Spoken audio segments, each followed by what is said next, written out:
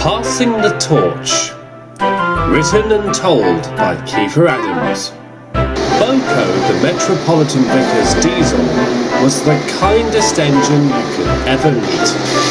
He worked on Edward's branch line, and when Edward was called away, he would keep those mischievous tank engine twins, Bill and Ben, in order. Boco was wise to their tricks, but hadn't been when they first met.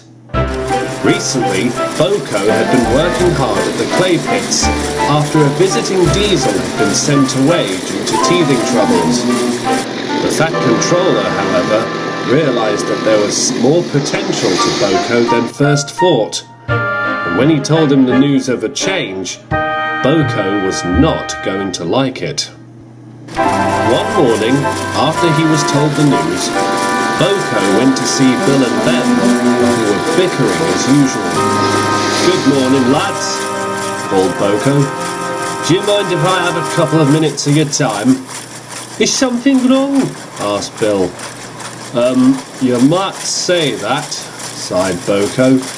"The Fat Controller's transferring me to the mainland and to take over a goods engine that broke down." "Will you be coming back afterwards?" asked Ben, hopefully. "I'm afraid not," replied Boco. "It's a permanent transfer. But I hear the Fat Controller's got another diesel coming here.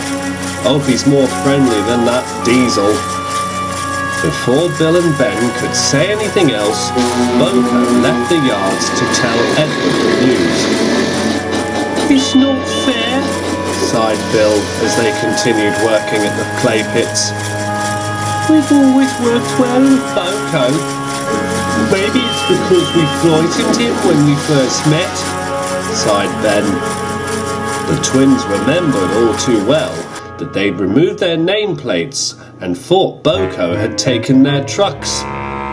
Luckily, though, the misunderstanding was cleared up thanks to Edward. "I'm really gonna miss Boco," said Bill.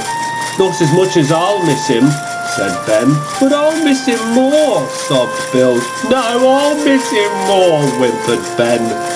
For a good 5 minutes, the twins whimpered of who would miss the green diesel more, much to the foreman's annoyance. At Wellsworth Yard, Boco had just told Edward the news that he was leaving. Edward had wished him the best of luck and had gone to thank Gordon up his hill. Boco didn't know what to do about Bill and Ben.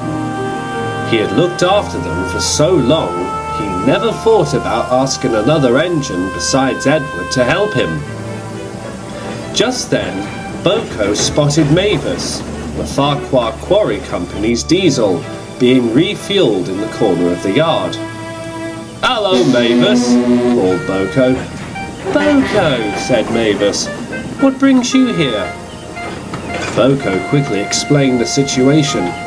"You might just be in luck, Boco," smiled Mavis. "I might need some help at the Central Island quarry. You're more than welcome to send Bill and Ben over, and I promised to keep an eye on them." "That would be wonderful, Mavis," smiled Boco. "I don't know what I'd do without you." Mavis smiled. She was more than happy to help.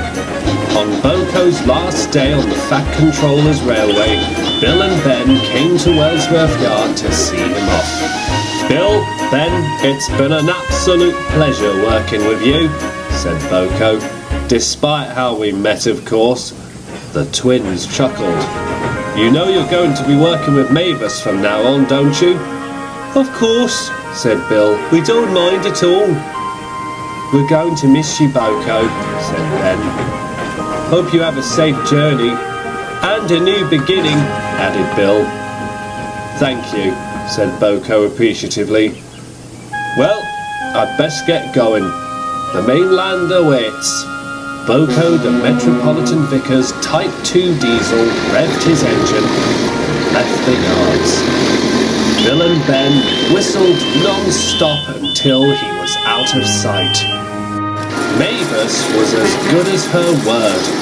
Bill and Ben soon settled in at the Central Island quarry. It wasn't exactly the clay pits, but the twins felt like it was being from home to home. Mavis quickly showed the twins what needed to be done, and they were more than happy to follow her orders. But like Boco, they would still tease and cause trouble, only to be put back into place by Mavis shortly afterwards.